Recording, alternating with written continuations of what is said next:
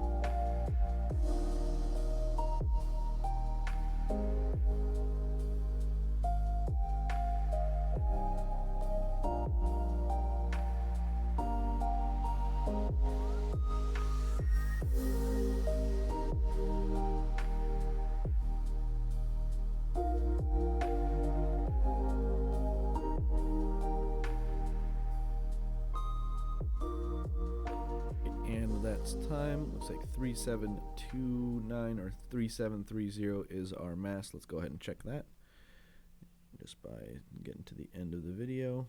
Yep, 3730 is the correct answer. Alright, so that took me just over 4 minutes. I was counting about 4 minutes 2 seconds just before the 4-minute mark that I pulled up my mass property. So by the time I put it in chat, everything else, right around 4 minutes. So like I said, I'm a little rusty. It's not too bad, but let's take a look at this print and examine a few things, and I'll kind of walk through everything that I did. We'll look first from this boss extrude. Started everything on a side sketch. I really like doing this for a lot of parts. It's not always the most efficient, but in this case it worked out really well. One thing that I didn't recognize quickly or early on is that this lower fillet edge is actually concentric or co-radial with this and concentric with that. So this could have, instead of doing 2 fillets, I could have done a couple of circles and then some tangent lines. That would have saved me a little bit of time, and then added these 18mm fillets afterwards. So that could have saved me a bit of time. The other thing you might have noticed is that for these sketches, or for these holes, both this one and the side one, I left them underdefined. The reason being, this is somewhat what is commonly referred to as the Ivan exploit, but in a competition where all I'm looking for is the mass of the part, I don't need to fully define where this hole is laterally in this case. It is important that I position the hole this way, and in this case just far enough that it doesn't intersect this fillet, but it's not necessarily clear from the print whether or not this hole intersects the fillet. So if it did intersect it, depending on where that hole was, if it was closer towards the fillet, then that would cut out more material, or you'd have a lower mass, versus it being further out here. Anywhere along these two coplanar features or parallel faces, hole going straight through is going to have the same amount of mass. So again, I didn't position it in the z-axis. I didn't position either of these holes in the z-axis because that would not affect the mass. So that is a quick little tip for you. The other thing that I could have done is, instead of doing these as feature chamfers, the other thing I was checking was to make sure that the right leg of the chamfer was selected, and then flipping the direction on that one to make sure that the chamfer was going the right way, and didn't, like I said, cut into the fillet or something like that. These could be done as just sketch cuts. I like using the actual chamfer feature. Saves me having to create a sketch, go through all that, and extrude cut everything else, and defining all those dimensions. A lot quicker to just touch each of those. But yeah, like I said, in general, the big thing that slowed me down was this co-radial, these two circular features, which if I looked closer to at the print, I would see the diameter dimension. So just taking a couple of seconds, and I'll kind of pull that up here. So this diameter dimension right here, and then this diameter 32, which I had initially set as 64 because I was looking for this hole, looking for the nearest diameter I could find, and then I saw that one. So taking a quick little, 2 seconds just to look at the print real quick and verify, oh yeah, this is a through hole, that's a diameter, I can just make those as circles. So the other thing that slowed me down was this chain dimension. I was trying to dimension off the center point of the circle rather than just putting that dimension up on top and just adding a couple, doing some simple math. You don't have to do the math in your head. I don't know if you saw that. I actually just punched in 95 plus 60, so I wouldn't, let the software do the math and go from there. So hopefully that shows a couple of tips, and we will jump right into trying to make this part again.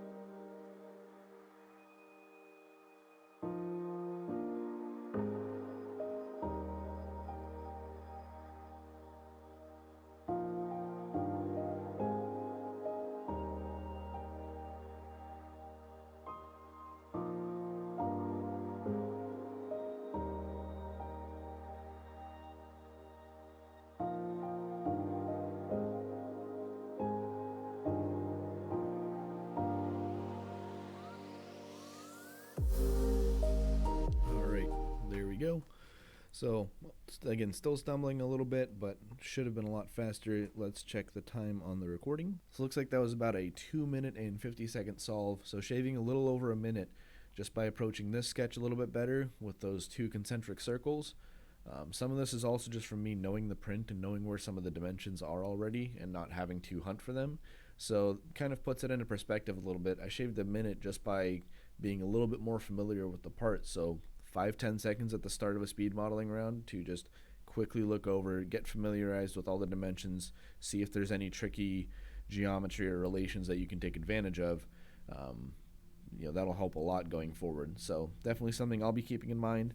Hopefully this was helpful to you. If you have any questions about me solving this model or just in general about how I work through SolidWorks, just drop them down below.